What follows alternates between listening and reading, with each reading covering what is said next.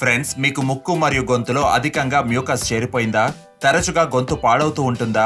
అయితే మీరు correct place కి వచ్చారు. ఎందుకంటే ఈ వీడియోలో నేను మీతో షేర్ చేస్తాను 5 ఫుడ్స్ కోసం వాటిని ప్రజలు హెల్దీ అనుకుని తింటారు, బట్ అవే ఫుడ్స్ చాలా అధికంగా శ్లేష్మాన్ని తయారు చేస్తాయి. లాస్ట్ లో మనం మాట్లాడుకుందాం ఆయుర్వేదంలో మెన్షన్ చేయబడిన కొన్ని easy but effective home remedies కోసం. దాంతో పేరుకుపోయిన శ్లేష్మం మొత్తం స్వయంగా బయటకు వచ్చేస్తుంది. రెస్పిరేటరీ ట్రాక్ట్ క్లియర్ అయ్యి మీకు శ్వాస తీసుకోవడంలో ఎలాంటి ఇబ్బంది ఉండదు, మరియు ఎక్సెస్ శ్లేష్మం తయారవడం కూడా ఆగిపోతుంది. రండి ఆలస్యం చేయకుండా స్టార్ట్ చేద్దాం. Hello friends, welcome to fit tuber Telugu. Friends, ముక్కు నుండి మొదలుకొని లంగ్స్ వరకు ఉండే మన రెస్పిరేటరీ ట్రాక్ట్ మొత్తం మ్యూకోజల్ మెంబ్రెన్స్ ఉంటాయి. వాటి పనే మ్యూకస్ అనగా శ్లేష్మాన్ని తయారు చేయడం. బట్ ఎందుకు ఈ శ్లేష్మం తయారు చేయబడుతుంది? ఎందుకంటే మ్యూకస్ కి కూడా ఇంపార్టెంట్ రోల్ ఉంది మన బాడీలో.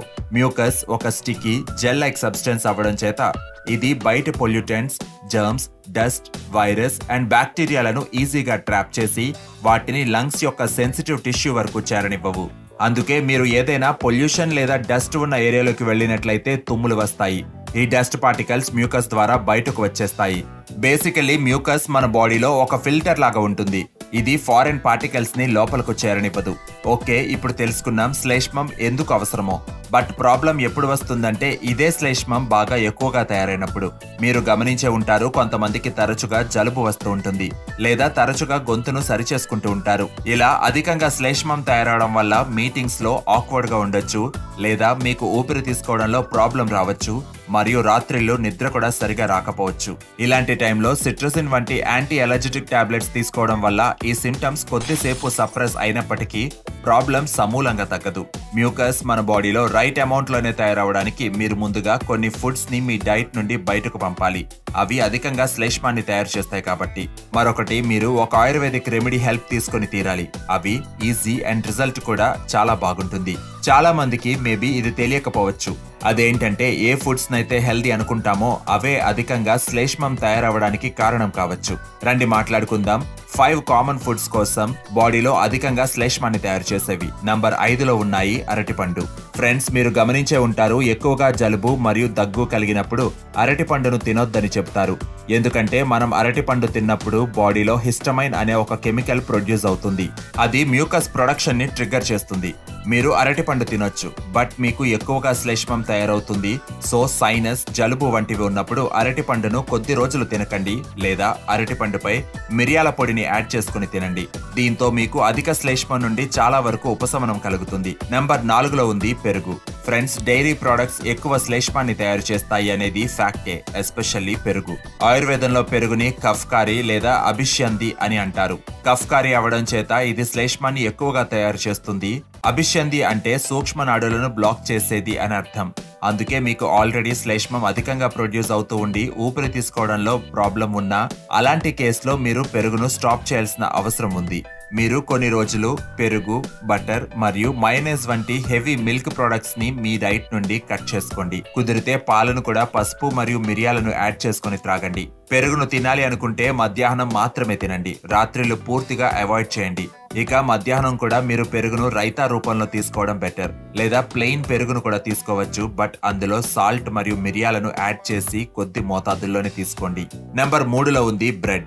ఒక స్టడీలో సబ్జెక్ట్స్ కి 2 బ్రెడ్ స్లైసెస్ ఇవ్వబడ్డాయి. స్టడీస్ కంప్లీట్ అయ్యేటప్పటికి తేలింది ఏంటంటే ఎవరైతే ప్రతిరోజు 2 బ్రెడ్ స్లైసెస్ తిన్నారో వాళ్లకు నాజల్ పాలిప్స్ లక్షణాలు రావడం మొదలైంది. రీసెర్చర్స్ చెప్పింది ఏంటంటే రెగ్యులర్ గా బ్రెడ్ ని కన్జ్యూమ్ చేయడం వల్ల ఆస్తమా కూడా రావచ్చు అని. కానీ ఇలా ఎందుకు? ఫ్రెండ్స్, మీరు బ్రెడ్ లో చూసుకున్నట్లయితే గ్లూటెన్ యొక్క క్వాంటిటీ హైగా ఉంటుంది. ఇంకా మనం మార్కెట్ లో బ్రెడ్స్ ని కొన్నప్పుడు అందులో ప్రిజర్వేటివ్స్, ఫుడ్ ఎడిటివ్స్ మరియు థికనర్స్ ని యాడ్ చేస్తారు. అది బాడీ యొక్క ఇంటర్నల్ వాల్స్ లో ఇన్ఫ్లమేషన్ ని క్రియేట్ చేస్తుంది. ఇక ఈ ఇన్ఫ్లమేషన్ ని పాసిఫై చేయడానికి బాడీ తన డిఫెన్స్ మెకానిజం రూపంలో ఎక్సెస్ మ్యూకస్ ని ప్రొడ్యూస్ చేస్తుంది. మీకు శ్లేష్మం అధికంగా తయారవుతున్నట్లయితే బ్రెడ్, అది బ్రౌన్ అయినా వైట్ అయినా సరే, మీరు తప్పక అవాయిడ్ చేయాలి. ఫ్రెండ్స్, మీరు బ్రెడ్ ని ఈజీగా ఇండియన్ ఫ్లాట్ బ్రెడ్ అంటే రోటీతో రీప్లేస్ చేసుకోవచ్చు. ఆ రోటీ శాండ్విచ్ అయినా లేదా రోల్ అయినా సరే పర్లేదు. నెంబర్ 2లో ఉంది అన్నం. ఫ్రెండ్స్, రైస్ కి చలువ చేసే గుణం ఉంటుంది మరియు ఇందులో స్టార్చ్ అధికంగా ఉంటుంది. అందుకే మీరు వీటిని తయారు చేసుకుని ఉంచితే అతుక్కుంటూ ఉంటాయి. ఇంచుమించు ఇలాంటి ఎఫెక్టే మీ బాడీలోకి చేరాక కూడా ఉంటుంది. అందుచేతే ఇది శ్లేష్మాన్ని ఎక్కువగా ప్రొడ్యూస్ చేస్తుంది మరియు రెస్పిరేటరీ ఛానల్స్ ని బ్లాక్ చేస్తుంది కూడా. కానీ మీరు రైస్ ని తినడం మానేయాల్సిన అవసరం లేదు. క్వాంటిటీని తగ్గించండి చాలు.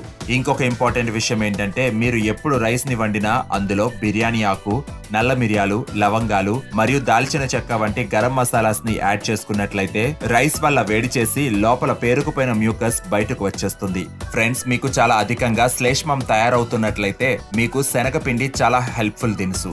మీరు బేసన్ చీలాని బ్రేక్ఫాస్ట్ లో తినొచ్చు. ఆటాలో శనగపిండిని మిక్స్ చేసుకోవచ్చు. బేసన్ షీరా త్రాగొచ్చు లేదా స్నాక్ లాగా వేపిన శనగలు కూడా తినొచ్చు. ఇక నెంబర్ 1 లో ఉంది చాక్లెట్. ఫ్రెండ్స్, మీకు ఎసిడిటీ ప్రాబ్లం ఉన్నట్లయితే అలాంటి కేసులో చాక్లెట్ అండ్ కాఫీ ఈ రెండు కూడా బాడీలో ఎక్సెస్ మ్యూకస్ ని తయారు చేస్తాయి. ఏం జరుగుతుందంటే, కాఫీ ఆర్ చాక్లెట్ ని రెగ్యులర్ కన్సంప్షన్ వల్ల మన ఫుడ్ పైప్ యొక్క స్ఫింక్టర్స్ వీక్ అయిపోతాయి. ఈ స్ఫింక్టర్స్ గేట్ కీపర్స్ లాగా పనిచేస్తాయి. స్టమక్ లో ఉండే యాసిడ్ ని పైకి రానివ్వవు. కానీ ఎప్పుడైతే అధికంగా చాక్లెట్ అండ్ కాఫీ త్రాగుతామో అవి వీక్ అయిపోయి యాసిడ్ పైకి వస్తుంది. ఎప్పుడైతే యాసిడ్ పైకి వస్తుందో అప్పుడు ఫుడ్ పైప్స్ యొక్క వాల్స్ ఇరిటేట్ అయ్యి బాడీ తన డిఫెన్స్ మెకానిజం రూపంలో ఎక్కువ మ్యూకస్ ని తయారు చేయడం మొదలు పెడుతుంది. మ్యూకస్ ఎక్కువగా తయారైనట్లయితే గొంతు నొప్పి, ఇరిటేషన్ మరియు ఒక్కోసారి కాన్స్టెంట్ గా దగ్గు కూడా రావచ్చు. అందుకే యాసిడ్ రిఫ్లెక్స్ ని పెంచే వస్తువులైనటువంటి carbonated drinks and fried food ని మీరు అవాయిడ్ చేయాల్సిన అవసరం ఉంది. ఫ్రెండ్స్, ఇవే ఆ 5 ఫుడ్స్. వీటిని మీరు అవాయిడ్ చేసినట్లయితే మీరే గమనిస్తారు మీకు పూర్వం కంటే తక్కువగానే శ్లేష్మం తయారవడాన్ని. రండి ఇప్పుడు మాట్లాడుకుందాం సింపుల్ హోమ్ రెమెడీస్ కోసం. దాంతో మీకు చాలా మంచి రిజల్ట్స్ లభిస్తాయి. ఫస్ట్, మీరు వీలైనంత ఎక్కువగా వేడి నీళ్లు త్రాగాలి. ఫ్రెండ్స్, వేడి నీళ్లు త్రాగడం వల్ల మీ గొంతులో తయారైన శ్లేష్మం అది క్లియర్ అవుతుంది. బెటర్ మీరు ఒక థర్మోస్ బాటిల్ ని మీతో ఉంచుకోండి. అందులో వేడివేడి డ్రింకింగ్ వాటర్ ని ఉంచుకోండి. నెక్స్ట్, ఆనియన్ సలాడ్ మీకు చాలా హెల్ప్ చేస్తుంది. ఫ్రెండ్స్, ఉల్లిపాయలో ఆలియం అనే ఒక కాంపౌండ్ ఉంటుంది. రీసెర్చ్ ద్వారా తేలింది ఏంటంటే ఇది దగ్గు, sore throat and mucus production ని తగ్గించడంలో హెల్ప్ చేస్తుంది అని. మీరు లంచ్ ఆర్ డిన్నర్ తో పాటుగా ఫ్రెష్ ఉల్లిపాయ పైన సాల్ట్ అండ్ బ్లాక్ పెప్పర్ మరియు నిమ్మరసాన్ని వేసుకుని తినొచ్చు. దీనివల్ల మీకు కొద్ది రోజుల్లోనే ఉపశమనం లభిస్తుంది. ఫ్రెండ్స్, అల్లం మరియు తేనెల యొక్క కాంబినేషన్ చాలా ఎఫెక్టివ్ పేరుకుపోయిన శ్లేష్మాన్ని తొలగించడంలో. దీన్ని మీరు 2 విధాలుగా యూస్ చేసుకోవచ్చు. ఒకటి, అల్లాన్ని గ్రేట్ చేసి హాఫ్ గ్లాస్ వాటర్ తో బాయిల్ చేసుకోండి. మీరు కావాలనుకుంటే ఇందులో కొద్దిగా పసుపు మరియు నల్ల మిరియాలు కూడా యాడ్ చేసుకోవచ్చు. వాటర్ హాఫ్ అయ్యాక స్ట్రెయిన్ చేసుకుని గోరువెచ్చగా ఉన్నప్పుడు 1 స్పూన్ తేనెను యాడ్ చేసుకుని త్రాగండి. అంతే, యాంటీ కంజెషన్ టీ రెడీ అయిపోయింది. దీన్ని మీరు ఉదయం, సాయంత్రం ఎప్పుడైనా త్రాగొచ్చు. ఇంకొక సింపుల్ వే ఏంటంటే, అల్లాన్ని గ్రైండ్ చేసి 1 స్పూన్ రసం తీసుకొని అందులో 1 స్పూన్ తేనెను యాడ్ చేసుకుని జస్ట్ చప్పరించండి చాలు. మీరు ఈ 5 ఫుడ్స్ ని డైట్ నుండి కట్ చేసుకొని ఈ 3 పదార్థాలను 21 రోజులు కంటిన్యూస్ గా యూస్ చేసినట్లయితే, అంటే వేడి నీళ్లు త్రాగండి, ఆనియన్ సలాడ్ తినండి, అల్లం అండ్ తేనెను సేవించినట్లయితే మీరే గమనిస్తారు పూర్వం అధికంగా తయారయ్యే శ్లేష్మం ఇప్పుడు తగ్గడాన్ని. గొంతులో ఉండే కిచ్ కూడా పోయి బ్రీతింగ్ కూడా ఫ్రీగా తీసుకోగలరు. ఫ్రెండ్స్, ఈ వీడియో మీకు హెల్ప్ఫుల్ గా ఉన్నట్లయితే తప్పక లైక్ చేయండి. My name is Vivek. I thank you so much for watching.